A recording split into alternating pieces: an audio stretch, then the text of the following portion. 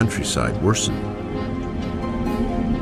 After a succession of bad harvests, deregulation has raised the cost of flour, leading to a shortage of the very heart of the French diet, bread.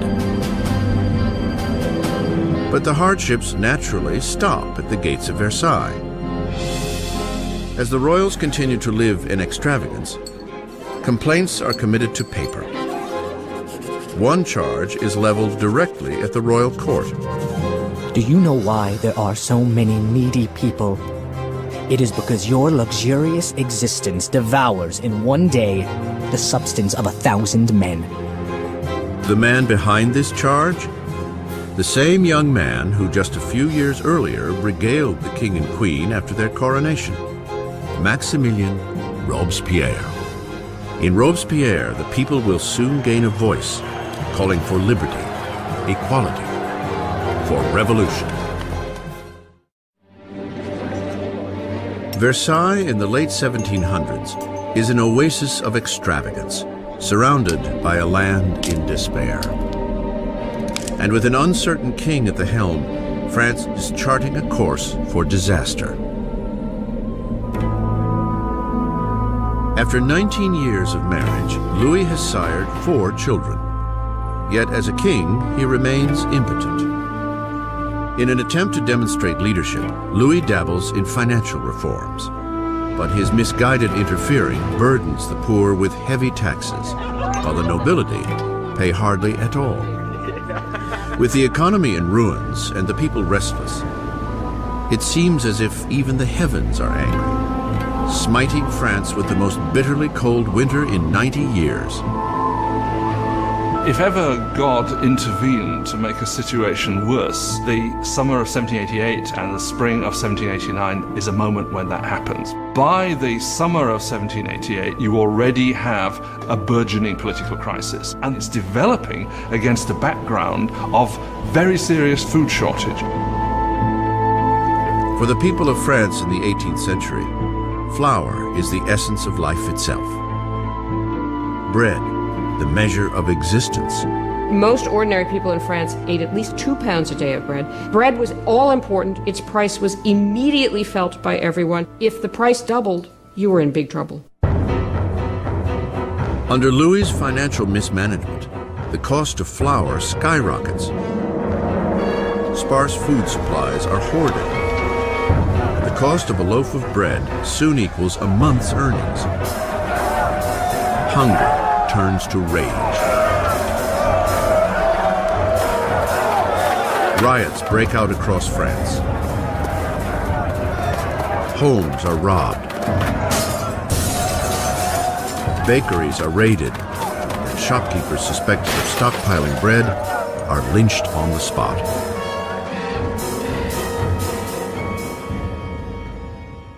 With the economy in shambles, the banks force Louis to hire a finance minister, Jacques Necker. An enlightened thinker, Necker is popular with the people in a way that Louis can only envy. Jacques Necker was undoubtedly the most popular minister throughout the spring of '89 because he's taken the line publicly in his writings that the government's duty is to make sure that there is enough bread and grain for everybody. The nation in fiscal crisis, Necker urges Louis to call a meeting of the traditional representative body of the kingdom, the Estates General. It is the first time the representatives have been called together in 175 years. France was politically organized in something called the estates. The first estate was the clergy, the second estate was the nobility, and the third estate was everyone else. And by contemporary reckoning, the first 2 estates occupied 3% of the population, and the third estate 97% of the population. A lot of people felt it was very unfair for this third estate, which was most of the population, to only have 1/3 of the deputies. They felt it was very unfair that this should be a 3-chamber parliament, where 2 chambers, the nobility and the clergy, could always outvote the commoners. May 4th, 1789. A skilled young lawyer and politician arrives at Versailles. Maximilien Robespierre comes to stand before the Estates General as a deputy. to fight for a fair voice for the people he represents, the Third Estate. An orphan from the provinces, Robespierre had risen to academic prominence on a prestigious scholarship, becoming an eloquent speaker, prim in appearance, with never a hair nor a phrase out of place. Back home in the small town of Arras, the Enlightenment ideas he had absorbed in the salons of Paris found a powerful voice as he became a hometown lawyer for the downtrodden. By the time he went back and started to practice as a lawyer, he was reading very widely in the Enlightenment. And Robespierre was someone who, when he was practicing law in Arras, tried to actually bring the ideas of the Enlightenment into the cases he was fighting. At the Estates General, Robespierre and his colleagues are demanding that the nobility and clergy pay taxes, but Louis feels increasingly threatened by the growing radicalism of the Third Estate. Then, on June 20th, after a 6-week deadlock, the deputies arrive to find that they are being silenced.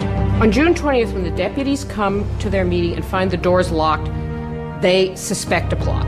They move next door to what we call a tennis court, which was really a handball court, and gather together and swear they will not stop meeting until they have a new constitution. The deputies declare themselves a new National Assembly, the true representatives of the people of France. The tennis court oath is one of these great symbolic moments in the history of the French Revolution. You had these people assembled in this great open space of the tennis court, raising their arms in this sort of quasi-Roman salute. And for the National Assembly, this was a moment when they realized something of their power and their dignity and saw that they really could defy France's king. In one revolutionary stand of defiance, the National Assembly is born. It will be a communion of voices from around the country, a parliamentary body enacting the people's will. But wresting power from the king would not be so easy as signing a simple proclamation.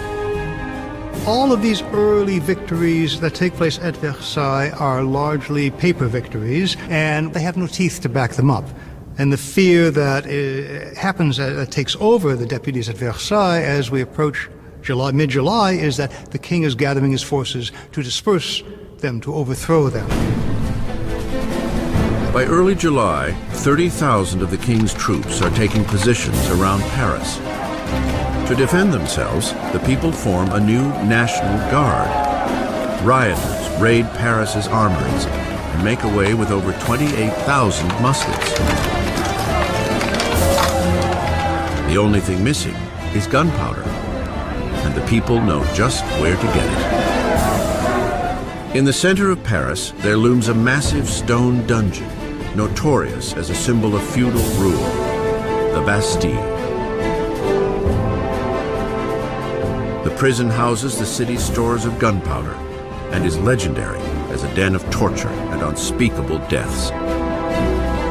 The Bastille had been the great symbol of royal despotism, the great symbol of the kings of France running beyond the just limits of their own power, a symbol of horror for the people of France.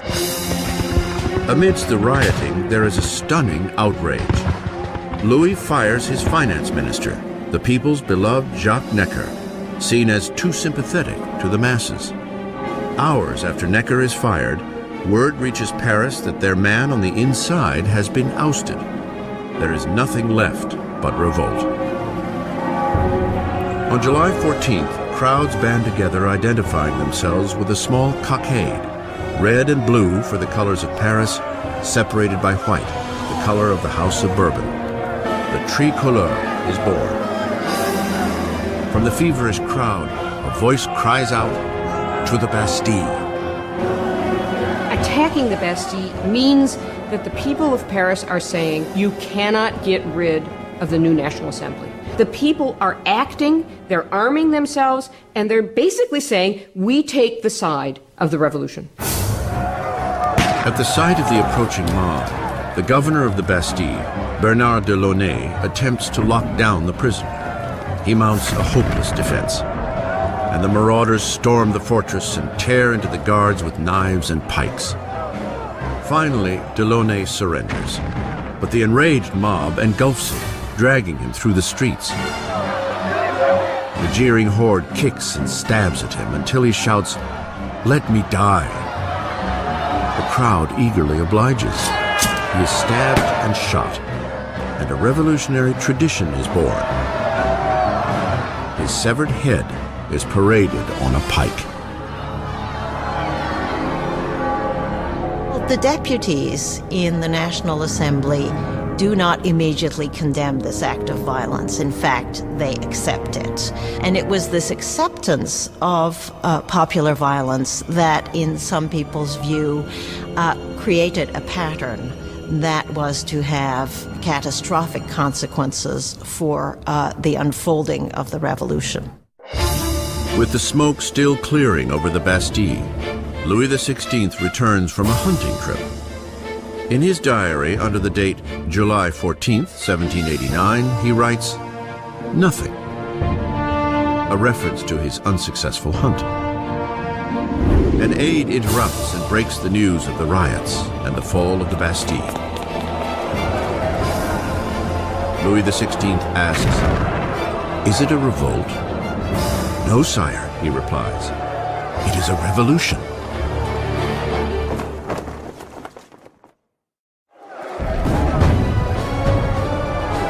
Victory at the Bastille unleashes the irrepressible torrent of revolution. The people had defied their king and won. There would be no turning back. As a symbol of the defeat of tyranny, the people, men, women, and children, dig in with bare hands and tear the Bastille apart, brick by feudal brick. They are beginning to dismantle the past itself. The French went about the process of tearing down the Bastille as quickly as they could. In the absence of powerful explosives, this was done very painstakingly, but with a tremendous amount of vigor. And the bricks were given away, sold as emblems of the demolition of despotism. The energy of the streets invigorates the National Assembly. A charter is penned within days called the Declaration of the Rights of Man. Under this daring new document, archaic class distinctions are to be abolished, and all men considered truly equal. The Declaration of the Rights of Man was a declaration promulgated by the National Assembly, which said in its text that the sovereignty belongs to the people, belongs to the nation. The king is nowhere mentioned in this document. Therefore, by issuing this document, the Assembly was effectively seizing power for itself. With the new National Assembly as their voice, the citizens of France set out to change the very fabric of their world. They demand a constitutional monarchy, equal rights for all men, and justice under reasonable laws. To provide a greater voice for the call of revolution, Robespierre demands increased freedom for the press, long muzzled under the old regime. The resulting free press is spearheaded by L'Ami du Peuple, the people's friend, a fiery newspaper full of vitriolic rants and provocation. It is the brainchild of a former doctor, Jean-Paul Marat. After a string of unsuccessful careers, Marat found himself living in poverty, for a time finding shelter in the sewers of Paris. It was there he contracted a painful skin disease that now leaves him confined for long periods to a medicinal bath. A bitter and failed Marat finds in the revolution the perfect outlet for his venom. Jean-Paul Marat was just one of these professional malcontents. And unfortunately, revolutions do offer opportunity to professional malcontents. Marat took all of that bile, all of that resentment, and funneled it into a newspaper that became extraordinarily successful, L'Ami du Peuple. Marat was a man possessed of extraordinary anger. You just have to read the pages of his newspaper, The Friend of the People, to see this. In every issue, he displays a complete paranoid mentality. He sees plots everywhere. Everybody is plotting against the revolution, and the answer is very simple for him. The answer is blood. The answer is heads. Marat loathes the monarchy's relentless extravagance, even as poverty grips France, and needs only the slightest rumor to lambast the king and queen in his newspaper. On October 2nd, 1789, his anger boils over. Word reaches Paris that the king has thrown a party at Versailles, that the decadent royals threw the new tricolor flag, symbol of the revolution, to the ground and trampled it underfoot. Marat is enraged. He reports the insult in his paper. Just as a new threat breaks, the king has again ordered troops to move into positions around Paris. With the coup at the Bastille still smoldering in the minds of the people, Marat frantically urges them to take action. People of Paris, it's time to open your eyes. Shake yourselves out of your torpor. Wake up. Once more, wake up! October 5th, dawn breaks to the furious ringing of bells. Women gather near City Hall to protest the shortage of bread. And now fear of the approaching royal troops mixes with anger as news of the king's offensive party circulates through the crowd. Soon, thousands are marching to Versailles, pikes and guns in hand. The women are taking their complaints to the king. The core of the crowd was made up of the famous poissardes, the fearsome fish ladies of the central markets, who were known for their brawny build and their fearlessness. They were equipped with large knives for scaling fish. They were hugely muscular because they carted boxes. You didn't want to tangle with these ladies. These are women of the poor quarters. These are poor women which are affected by the increased price of bread, by the scarcity of products, who suddenly begin to realize that they must act. It is quite extraordinary how these ordinary women, probably most of them couldn't even write their name, suddenly act as the protagonists of the historical process. Inside the palace, word of the approaching crowd of angry women reaches the queen's chambers. Legend has it that it is at this moment that Marie Antoinette utters the most famous line she never said. Marie Antoinette did not say, "Let them eat cake." That is a myth. Marie Antoinette, unfortunately, probably never even noticed the poor people of her country long enough to make such a statement. As the mob of women gathers outside the gates, Louis understands that the revolution can no longer be ignored. It is being brought to his front door. He agrees to sign the Declaration of the Rights of Man, yet the crowd continues to grow throughout the night. By morning, 20,000 people are camped outside the royal palace. To close the centuries of distance between the king and his subjects, the angry mass demands that the king and queen move to Paris. Indecisive as ever, Louis is weak to respond. His hesitation would provoke a fury in the crowd and put the lives of the royal family in grave danger. When they don't get instant compliance with what they want, it really looks as if they're going to massacre the queen. A wave of women break into the royal palace screaming for the blood of the queen. They massacre the guards, decapitate them, and impale their heads on pikes. They were like banshees screaming throughout the palace, "Give me her entrails, give me her head, I want a leg, I want an arm." I think that they had grown so frenzied that if they had encountered her, they probably would have torn her to pieces.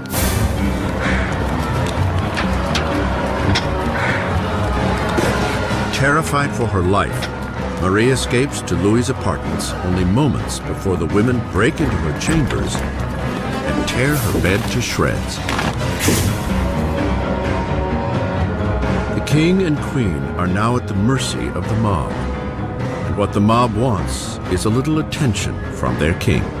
The only way the women can be pacified is for the royal family to agree to go to Paris, because once they're there in Paris, then they can ultimately be made to do what the people of Paris want. They march 60,000 strong, leaving Versailles with carts and wagons overflowing with flour from the king's storehouses, flanking the royal carriage all the way to Paris. Le roi et la reine ont été The king and queen were forced to go back to Paris with the heads of their guards, who had been massacred in the chateau. qui avaient été massacrés dans le château. Their heads had been cut off. This is really a completely unbridled violence. Dans une un déchaînement. The heads were then made up with makeup and paraded at the head of the cortege, with the king and queen following. Devant la voiture du roi et de la reine. The king and queen must make their new home in the Tuileries Palace. They will never see Versailles again. Once the royal family moves to Paris, they are the prisoners of Paris. They know it. Everybody else knows it. There are great limits to what they can do or even dream of doing. They are the prisoners of the capital city, there's no doubt. Versailles is abandoned, and the Assembly moves to Paris. Power is now with the people. France will have democracy, new laws, and a remarkable and unforgiving form of justice will make its debut on the revolutionary stage: the guillotine.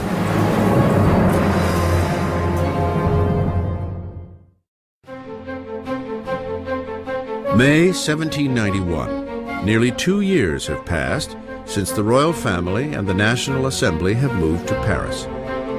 Robespierre appears frequently at the Assembly and at the Jacobin Club, a debating society named for the former Jacobin monastery where they gather. Now, words are the very core of the revolution, and Robespierre speaks with an unfailing moral compass. His true north is always the people. He soon earns the nickname, the Incorruptible. France is now a constitutional monarchy, the king forced to share power with the revolutionaries in the Assembly. But it seems Louis's share is growing smaller by the day, as he is forced to sign law after law diminishing his own authority, and that of the other great feudal regime, the Catholic Church. Louis decides the time has come to escape the confines of the new republic and mount a campaign to reclaim his kingdom. Louis had decided by 1791 that he needed to regain control of his country, and he knew he could only do that with the help of a foreign army. So the idea was to make a break from the Tuileries Palace and to head for the nearest border. June 21st, 1791. The king and queen disguise themselves as servants, and by cover of darkness, slip out from under the watchful eye of Paris. They make an ill-planned run for freedom. It is long past midnight when the royal family arrives in the small town of Varennes, some 100 miles east of Paris. They are close to the border of Austria, safety just a few miles away. But their dash to freedom will go no further.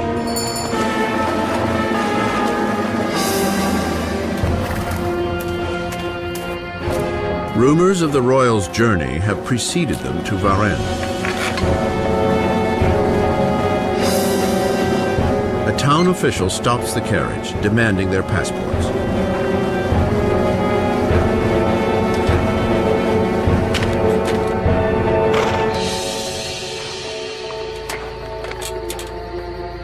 The official's suspicions are confirmed. It is the signature of the king himself. The townsman is overcome at the sight of his king. But revolutionary guards nearby show no reverence for the fleeing royals. He keeps hoping that people will recognize him and there will be a kind of rebellion in his favor. And much to his horror and surprise, they are not ecstatic to recognize him. They see him as escaping, and basically he's arrested and taken back to Paris. The idea that the monarch had tried to abandon his people was psychologically catastrophic. That event really broke the bond between Louis and his subjects. Now they had not only a king who was superfluous, they had a king who was obviously a traitor as well. With the royal family official turncoats to the revolution, power shifts from Louis, now a prisoner king, to the revolutionaries at the Assembly.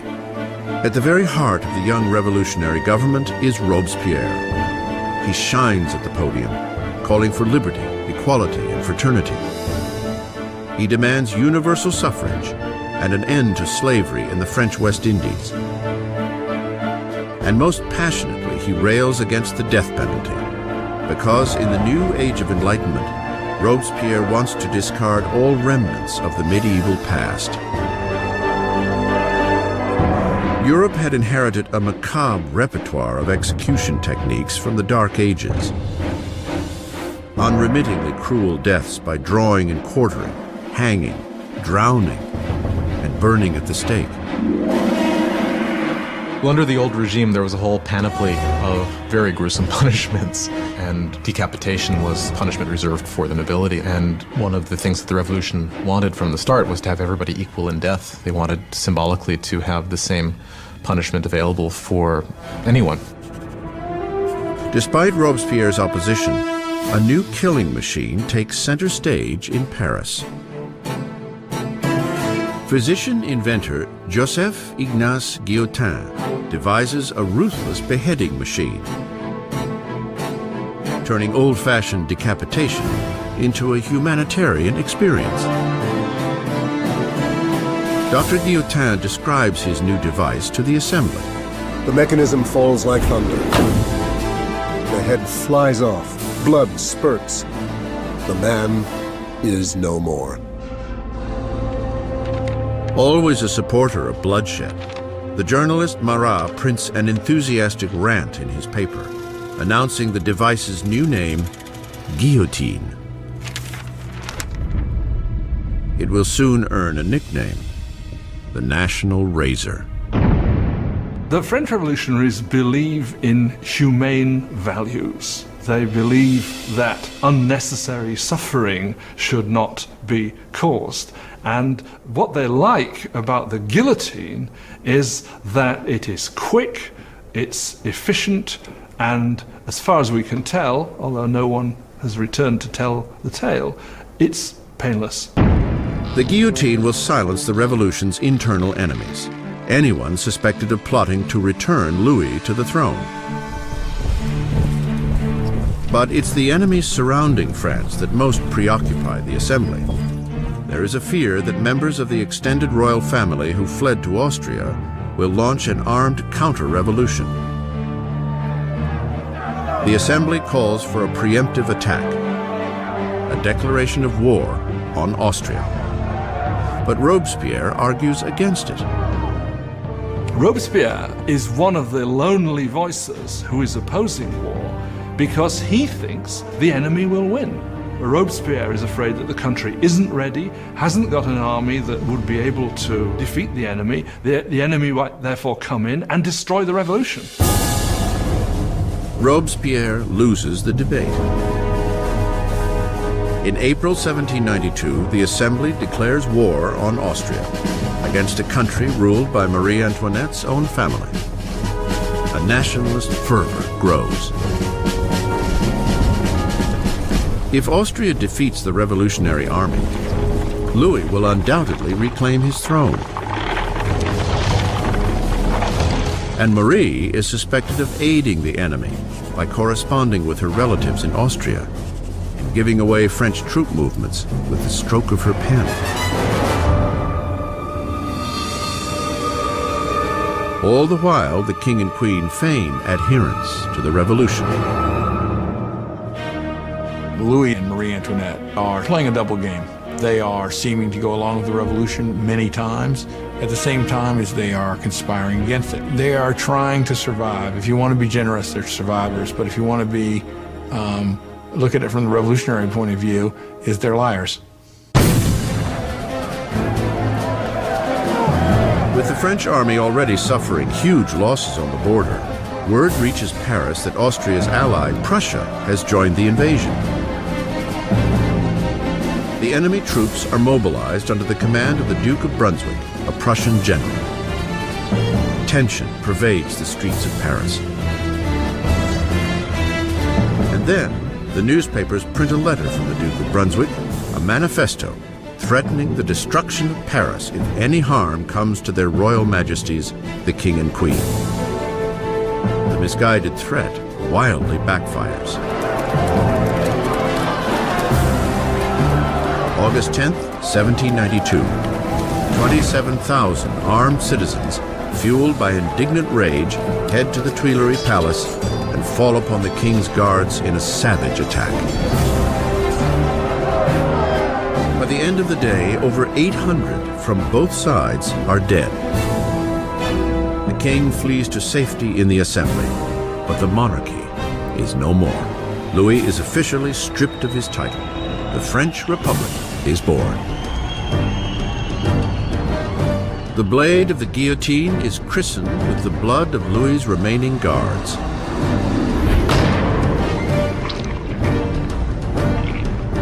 And Robespierre, once a staunch opponent of the death penalty, has had a change of heart.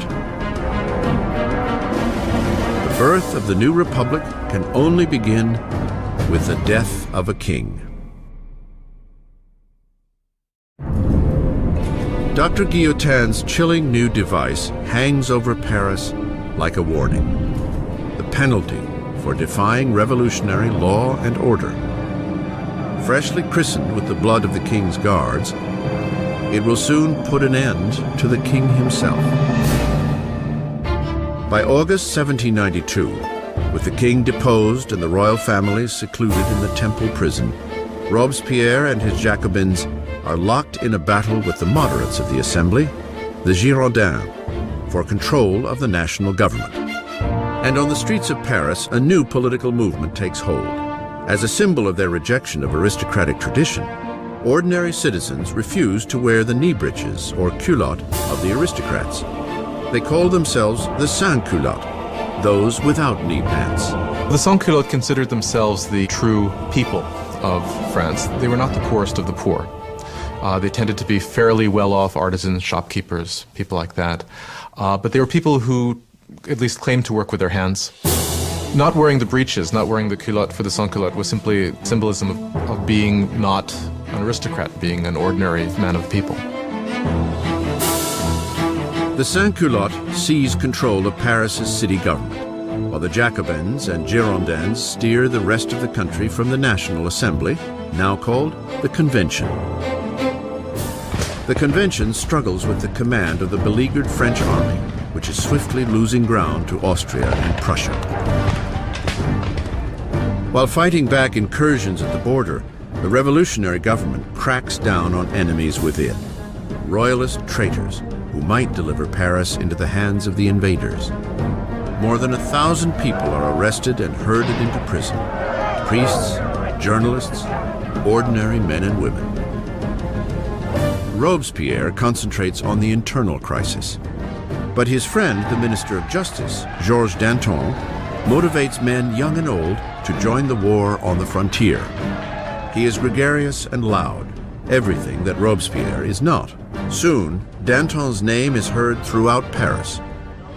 Danton is a bigger-than-life character, a man full of life, full of bombast, tremendous drinker and debaucherer, who, though he's from the educated classes himself, is a guy who, unlike Robespierre, can physically identify with the working people in a way that Robespierre simply cannot. As the enemy closes in, Danton's fiery rhetoric mobilizes the people, inspiring many to take to the battlefront.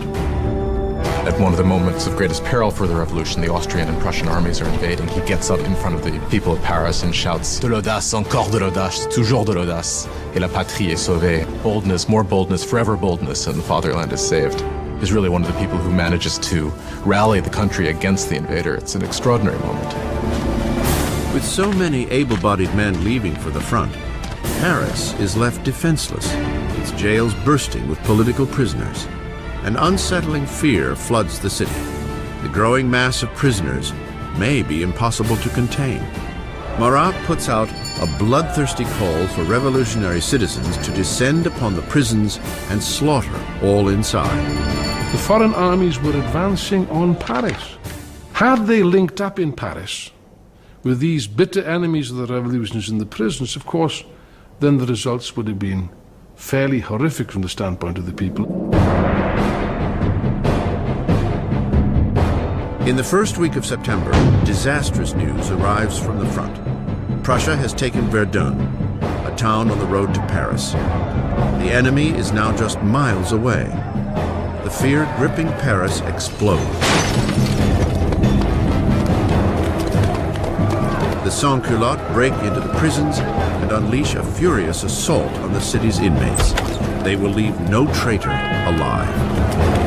And the sans-culottes went to the prisons, particularly the prisons where refractory priests were being held, where nobles were being held, where political prisoners were being held, and they started carrying out their own impromptu trials that were very short and that very often simply ended with slaughter.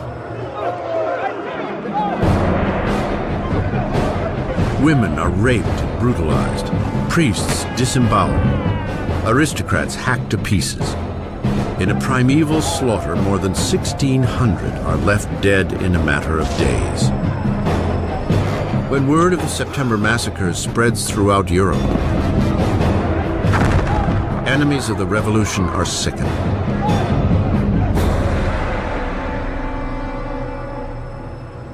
Across the English Channel, the London Times gives voice to the revulsion. Are these the rights of man? Is this the liberty of human nature? The most savage four-footed tyrants that range unexplored Africa rise superior to these two-legged Parisian animals. The revolution has taken an inalterable turn. Even Robespierre understands that things have gone too far, that the people cannot manage the revolution on their own. They need guidance, an iron hand. And with the power of his words, the incorruptible rises to the forefront as the man who will guide the revolution. Robespierre had once pushed for a constitutional monarchy. Now he believes there is no longer room for the king. A momentous decision is made. France will put its own king on trial. With the verdict a foregone conclusion, the only debate left is punishment. The moderates, the Girondins, call for sparing Louis's life, which isolates them in the convention. The Girondins really crystallized as a faction in the convention over the debate over the king, because while they certainly wanted a republic, they were less sure that the king should actually have to die. But the Girondins are outnumbered by the Jacobin call for blood. Why did the Jacobins want to kill the king? I think they wanted to kill the king because, as Robespierre brilliantly said, you have to kill the king so the revolution can live. If the king is right, then the revolution is wrong. In any system there had ever been, there's only one penalty for treason, and that is death. So in this sense, if the king is guilty of betraying the country in a time of war, then the argument is that he must suffer the death of a traitor. On January 20th, 1793, Louis XVI is declared guilty. The sentence is read. The king must die. That evening, Louis is briefly reunited with his family. Calm in the face of their tears, he promises to return the next morning to say a final goodbye. He will not. He cannot bear his family's anguish and must not weaken on the way to the guillotine. The next morning, a closed carriage brings Louis to the scaffold. And he stoically makes his way to the blade.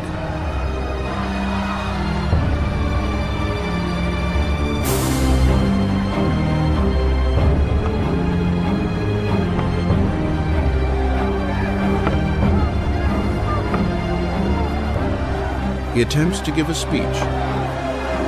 I trust that my death will be for the happiness of my people, but I grieve for France, and I fear that she may suffer the anger of the Lord. But the guards drown him out with a drum roll.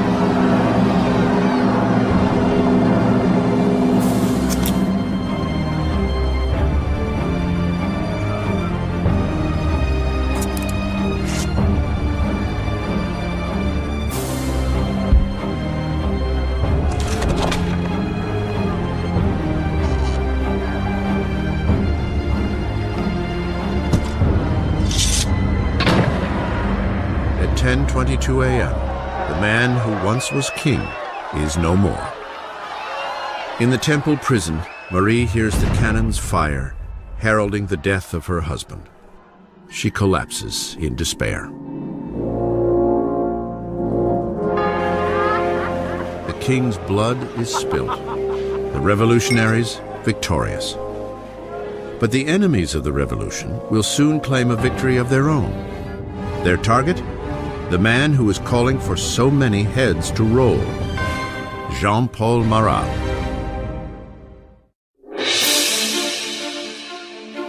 The execution of Louis XVI marks ultimate victory for the revolutionaries. A pivotal moment when a young nation, the French Republic, is literally born in blood.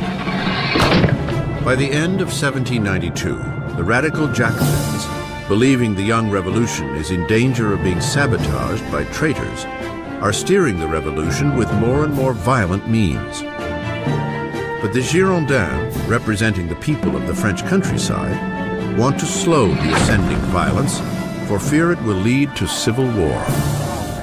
Their most vocal opponent, Jean-Paul Marat, strikes back at the Girondins with furious tirades in his newspaper, naming those he believes are plotting against the revolution. Marat, who once called for the execution of 200, now demands 200,000 heads fall. When you look at Marat's journalism, it's got one basic principle, which is be more extreme than anybody else and call for people to be killed. If you look at Marat's journalism all the time, he's saying, if only we chopped off a few heads, then things will be all right. And when things aren't all right, if only chop off a few more heads, things will be all right. Suddenly, people in Paris begin to massacre people. And Marat is the first to claim credit for that. But the radical movement hasn't taken hold everywhere. People outside of Paris are furious at the spiraling brutality of the Jacobins and call for an end to the bloodletting. And the message reaches the lovely Charlotte Corday, an unassuming yet determined young woman from the provinces. Charlotte Corday is an average person in the city of Caen. She's appalled by the killing that's going on there, and she, perhaps rightly, considers Marat one of the chief authors of that. He's been instrumental on the radical side of the revolution. His Ami de Peuple is still calling for heads. July 13th, 1793. Charlotte Corday arrives in Paris. She knows that the friend of the people has an open-door policy at his home, where he can be found at nearly any hour soaking in his medicinal bath. Corday comes on the pretense that she carries a list of traitors, those collaborating with foreign armies to put an end to the revolution. Marat asks for the list, promising Corday that the traitors will be guillotined the next day. Having given him that, she then produces a poignard, a little stiletto, and stabs him in the chest.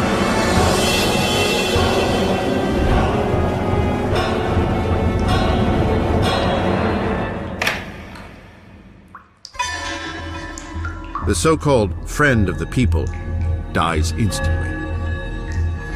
The angry voice of his newspaper silenced.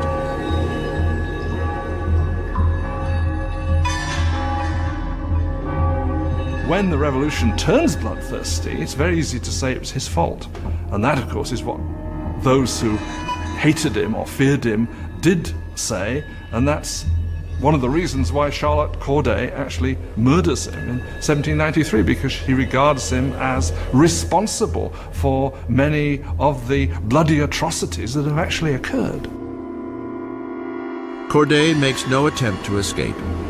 At her trial, she is unrepentant. What did you expect to achieve in assassinating Marat? Peace. Now that he's dead, peace will return to my country. Charlotte Corday is swiftly executed, and her dream of peace dies along with her. She has killed Marat the man, but she has created Marat the legend, his death most famously depicted by the revolutionary painter Jacques-Louis David. He became a martyr. He became a kind of almost religious figure. You had people offering up prayers that went, Heart of Jesus, Heart of Marat. You had these scenes at his funeral where the bathtub in which he was murdered was sort of put up on the altar, almost as if it was a kind of crucifix. If you look at David's painting of Marat's death, Marat's body is draped in precisely the same way as the body of Christ is depicted in classic representations of the Pietà, the descent from the cross. So clearly there's an identification of Marat with Christ, with Marat representing the new kind of God of the radical republic. Robespierre is envious of the adoration lavished upon Marat, but ever the pragmatist, he turns his attention to pressing matters at hand. Because though Marat is dead, there are still others calling for blood, royal blood. The Conciergerie, death's dark antechamber. 8 months after the execution of her husband, and just days after the killing of Charlotte Corday, Marie Antoinette is jailed here, in a hideous cell, utterly alone. One of the worst things that happens to Marie after the execution of Louis is her children are ripped away from her. Her children were the most important thing to her, and she knew that her son was going to be subjected to terrible abuse to make him forget that he was ever royal by these revolutionaries. And it turns out she was right. It only took a couple years after her son died of terrible neglect and abuse. The once vain Marie Antoinette is 38 years old, but the revolution has aged her beyond her years. Marie Antoinette avait été une jolie femme. Marie Antoinette had been a very pretty woman, elegant, until the revolution. From 1788-89, she got thinner. Her hair went white. She abandoned all her coquetry and her pretty things.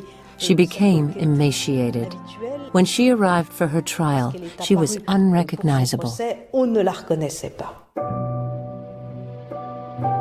On October 15th, Marie is put on trial, accused of high treason and depleting the national treasury.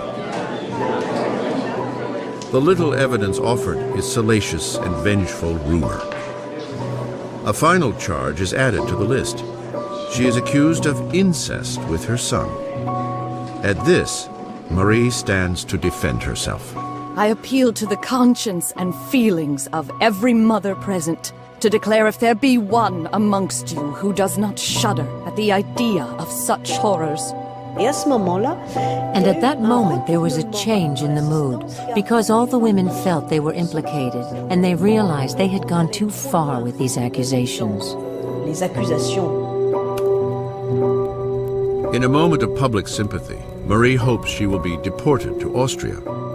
But her hopes are dashed when the sentence is handed down.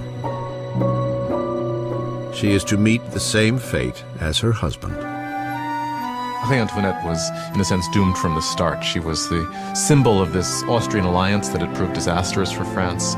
She was, along with her husband, a laughingstock because of the apparent sexual failure of their marriage. And she was a symbol of court culture at a time when people were coming to see the court culture itself as something completely corrupt and terrible for the country. So for all of these reasons, she was hated like no queen of France had ever been hated before. She was loathed, she was reviled. From her cell, Marie writes a final letter, bidding farewell to her children and family, promising to be brave. Her long gray hair is cut in preparation for the blade.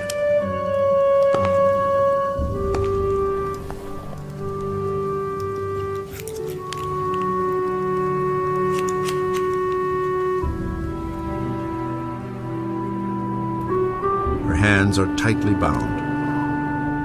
As she is escorted from the prison gates, she expects a carriage.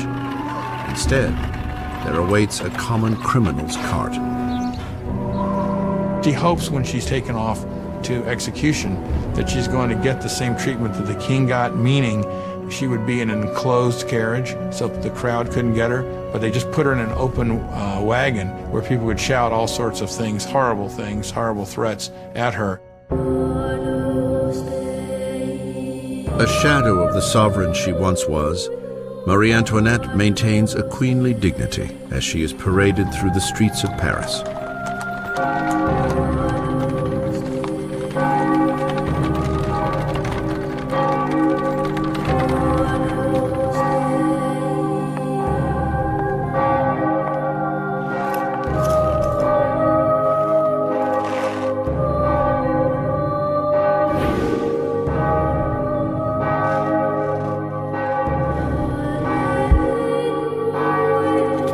Her name and the charges against her are read out.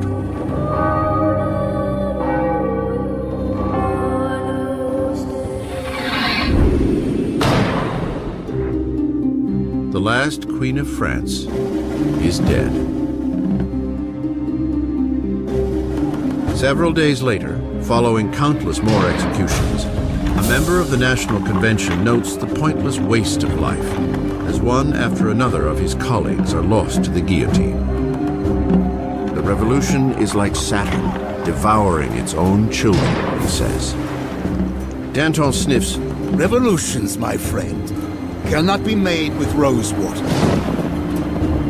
The bloodshed has only just begun.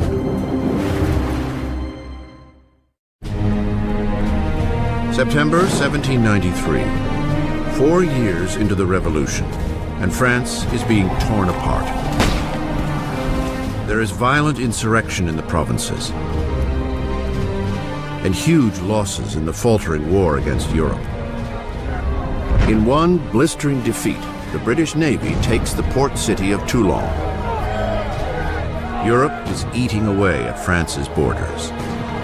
France is the single largest country in Western Europe. It's the most populous country in Western Europe. It has been the great military power. And of course, when it entered into the revolution, a lot of its traditional enemies and also a lot of its traditional allies thought, aha, this is our chance to, not to carve a piece off of the actual territory of France, but certainly to enrich ourselves at its expense and to weaken it permanently. France is isolated in the whole of Europe. It's being blockaded by Britain. It's being attacked and invaded by Austria and by Prussia. The people of Paris are seized by a fear that the victory of the counter-revolution will lead to a bloodbath. Danton and Robespierre, the star orators of the convention, realize that they must boldly strike out to save the revolution. They convince their colleagues to institute a menacing new form of martial law. It is time for all Frenchmen to enjoy sacred equality. It is time to impose this equality by signal acts of justice upon traitors and conspirators. Make terror the order of the day. Thus begins a new chapter in the revolution, a period of violent repression called the Terror. In a remarkable reversal, the revolutionaries suspend the new constitution and all the rights it was to guarantee. Police spies scatter throughout the country. Anyone suspected of counter-revolutionary activity is rounded up, quickly tried, and sent to the national razor. The Reign of Terror was conceived as an emergency government. What they understood by terror was striking terror into the hearts of the enemies of the Republic, so that they would be either scared straight, as it were, or arrested and disposed of. The slightest suspicion can send anyone to the scaffold. Politicians who say a kind word of the defunct monarchy. Anyone who uses the formal monsieur or madame instead of the new form of address, citizen. The air is fraught with paranoia. Neighbors denounce neighbors. The incessant rolling of the death carts rattles through the streets of Paris. Execution is absolutely hanging over people's heads in the sense that we know in Paris there are police spies, and there are quite a few police spies everywhere, standing in bread lines, listening to what the women are saying, and turning them in if they don't like what they hear. You could be turned in not just for complaining about the high price of bread, but you could be turned in supposedly even for not being enthusiastic enough about where things were going and the successes of the revolution. So just about anything that would stand out for commentary could get you into trouble. The convention sets up a revolutionary tribunal, expediting trials and executions with ruthless efficiency. To consolidate power, they form a 12-man council and call it the Committee of Public Safety. Ultimately, power had to be delegated to a smaller group, and that group became the Committee of Public Safety. Ultimately, it became 12 people who really ruled France as a kind of collective dictatorship. With his masterful words and revolutionary vision, Robespierre soon emerges as the committee's fiercest guiding voice. And that voice is calling for more blood. One of the paradoxes in Robespierre's political life is that he very early on is a passionate opponent of the death penalty. And of course, this is thrown back in his face later when he becomes an equally passionate proponent of terror and the guillotine. He never particularly responds to that except to say, well, times have changed. The revolution has hardened Robespierre. Once an impassioned supporter of a free press, he now reinstates censorship, a vestige of the old regime. And with the church already under attack, Robespierre stands idly by as one of the most radical revolutionaries. Jacques-René Hébert proposes a new agenda: de-Christianization. When the crisis of the war and internal rebellion is at its height, people begin to say the root of all the problem is priests, is religion. And what we've got to do, if we're ever going to be safe against the enemies of revolution, is destroy the power of the Catholic Church. Superstition, fanaticism, that's what religion's all about, and therefore what we have to do is stamp out this whole thing entirely. Streets carrying the word saint are renamed. Religious icons are destroyed and replaced with tributes to the new saint, Marat. The church came to seem simply the enemy to the radical revolutionaries. Churches and cathedrals are simply stripped of their altars. Stained glass is smashed, statues are smashed. The wealth of the churches is simply carted off. Of course, for European opinion, this was something even more shocking than the death of the king. Not even the Christian calendar is spared. Years are numbered no longer from the birth of Christ, but from September 1792, the overthrow of the monarchy. It is now year 1. Months are renamed according to the seasons. July becomes Thermidor, April, Floreal. Months are broken into 3 weeks of 10 days each. The revolutionary calendar was certainly designed as a kind of weapon against Christianity, against Christian belief. Of course, by having a 10-day week, you'd no longer have Sundays, so people wouldn't even know what day Sunday was anymore. That's what they hoped. The terror spreads across France. Insurrections are put down with a vicious, unrelenting cruelty. In the city of Lyon, where counter-revolutionaries are gaining ground, the Committee of Public Safety sets a brutal example. Hundreds of rebels are tied up, marched into fields, and mowed down en masse.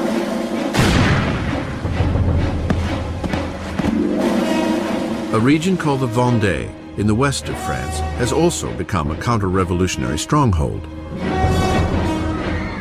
Rebels and priests are tied together and packed onto boats that are then mercilessly sunk.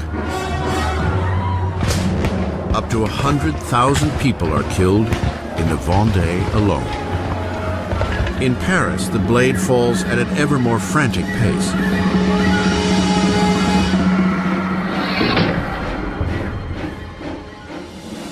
But the French armies are finally seeing victories on the frontier. Under a brilliant young commander named Napoleon Bonaparte, the French army sends the British Navy into a demoralizing retreat at Toulon. The revolution is on the rise. Robespierre is at the height of his power. He has taken on the enemies of the revolution and ensured its success through terror. For a time, the terror was very effective as a means of getting the country together, getting the government together, and fighting what was, after all, a war on several fronts. On the Eastern Front and on the Northern Front against external enemies, also a civil war in the Vendée, which was the bloodiest of all, also a civil war against the supporters of the Gironde and other revolutionaries who had turned against the government in Paris. The Terror has achieved its goals, but it does not stop, and it will not stop until it devours the very man who unleashed it, Maximilien Robespierre.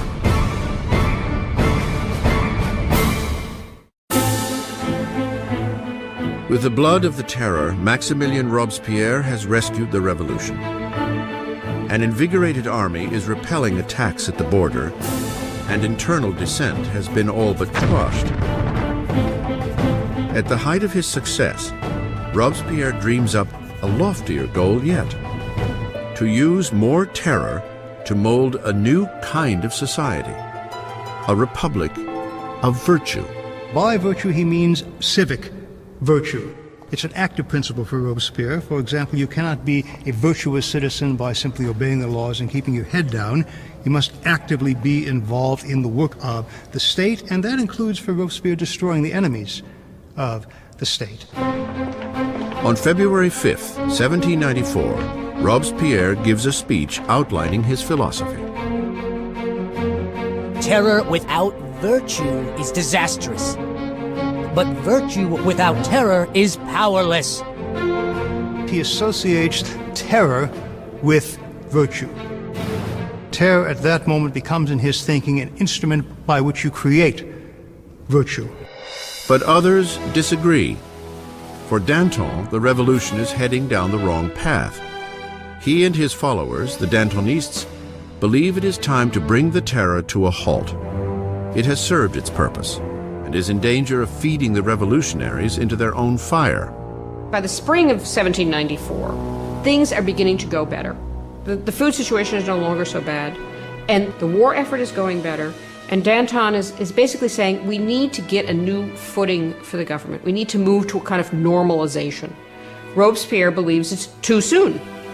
Danton will start organizing a group to argue that we should end the terror. Robespierre will see this as a direct threat to the government. He will not see it as just a difference of opinion about the direction of policy. He will see it as potential treason. And in Robespierre's Republic of Virtue, there is only one response to treason. The Dantonists are rounded up and quickly sentenced to death.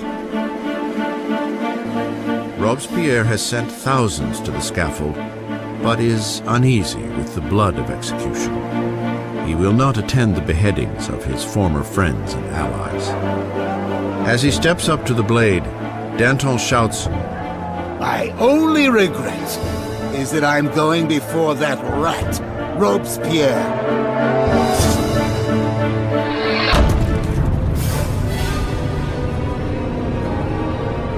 With the Dantonists out of the way, Robespierre launches France into an even bloodier, more horrifying period: the Great Terror. The Great Terror is the name given to the last phase of the Terror in the spring of 1794 into the summer of 1794. It's the period at which the tempo of executions really starts to increase, at which the atmosphere of paranoia, particularly in Paris, but really across the country, starts to increase exponentially. You can track the number of executions until it's up to almost 800 per month in Paris, towards the end even more. Paris's executioner is busier than ever. But on June 6, 1794, the roll of the carts comes to a halt. The guillotine hangs silent. Robespierre has declared a new religious holiday, the Festival of the Supreme Being. He wants to replace the old Catholic god with a new one, the goddess of reason. One thing about Robespierre is that he never supported these atheist policies. He believed that people needed a divinity to believe in. And he helped sponsor this cult that was called the Cult of the Supreme Being, with this extraordinary tableau in Paris in, I believe it was June of 1794, which had choirs of people dressed in white singing. You had this kind of papier-mâché mountain that was built in the center of Paris. And then at the critical moment of the ceremony, you had Robespierre himself sort of emerging on the top of this mountain, clad in a toga, and marching down. And I think at this moment, a lot of people felt, all right, Who does he really think he is? Does he think he's God here? Does he think he's the king? As the Great Terror spirals on, Robespierre's colleagues see the festival of the Supreme Being as his departure from the realm of reality. There are those who think that Robespierre really has reached so extreme and so unreasonable a position that he can't turn back, that his fanaticism has somehow overtaken him, and there are those who think he's just gone nuts. Once again, Robespierre's suspicions turn to those closest at hand. On June 27th, now the 9th of Thermidor, he appears before the convention and delivers a speech of threats. It is the last speech he will ever give. Robespierre makes a tactical error. He comes in and announces that he has a new list of enemies of the Republic, but he won't give the list. Therefore, everyone is afraid they might be on the list, and when he comes back the next day to give the list, he is arrested before he can speak. An unexpected chorus of voices shouts Robespierre down. He is stunned into silence. The deputies declare him an outlaw and immediately remove him from the convention. Robespierre and several of his associates are taken to City Hall, where they remain under watch for the night. Shots ring out in the early morning. Guards race to the second floor. They fling the doors open to a grisly scene. One of Robespierre's allies has thrown himself from the window. Another has taken a pistol to his head. And Robespierre is found semi-conscious with a bullet wound to the face, his jaw shattered from an apparent suicide attempt. Robespierre spends his last hours on the table of the Committee of Public Safety, in the very room where he had piloted the terror to its hideously bloody peak. As he is ridiculed and insulted by his former colleagues, Robespierre is unable to respond. The Grand Master of Oratory has been silenced. In the Conciergerie, where the last Queen of France had preceded him, Robespierre is prepared for the national razor. His cellmate, the revolutionary Saint-Just, points to a painting of the rights of man and declares, "At least we did that."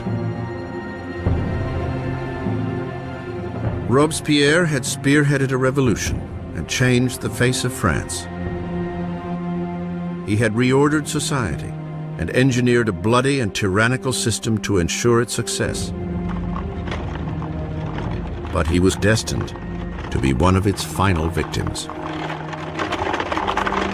It turns out that there is a great deal of enthusiasm for ending the terror. Nobody can figure out how to do it. And what turns out to be the case is that the only thing that will end the terror, and apparently the only thing they can all agree upon, is the fall of Robespierre. On July 27th, 1794, the guillotine comes down on the incorruptible. And the last blood of the terror is shed. The terror dies with Robespierre, but the revolution does not. The rights of man, democracy, the new republic, the accomplishments of the revolution would far outlive any of the revolutionaries themselves. France would enter a period of uncertainty, frozen between fear of another terror, or worse yet, a return to the oppressive monarchy that preceded it. 5 stagnant years would pass before power once again consolidated in the hands of a single man, Napoleon Bonaparte. Historians disagree over the end of the revolution. Some believe it died with the rise of Napoleon. Others maintain that the revolution lived on into the 19th century and beyond. The revolution was the first and enduring model of a people taking its destiny in its own hands. The idea that the subjects of the oldest, the most established, the most glorious monarchy in Europe could decide to completely rewrite their history was something that had extraordinary resonance. The revolution tore apart the old feudal fabric of Europe and forever changed the course of Western civilization. The question raised by the French Revolution is how much violence is justified in achieving a better society. Do people have the right to overthrow what they see as an unjust system, to replace it with what they are convinced in their hearts is a more just system? How much violence is justified in doing that? We still face this question today. As Robespierre and his colleagues were driving their country into the future, many of them must have wondered what the final outcome would be. More than 200 years after the birth of the French Republic, the ghost of Robespierre hangs over revolutions from Russia to Vietnam, China to Latin America. The French experiments with democracy have inspired models all over the world. Wherever tyranny takes root, the cry for justice is eternal, for liberty, equality, fraternity, for revolution.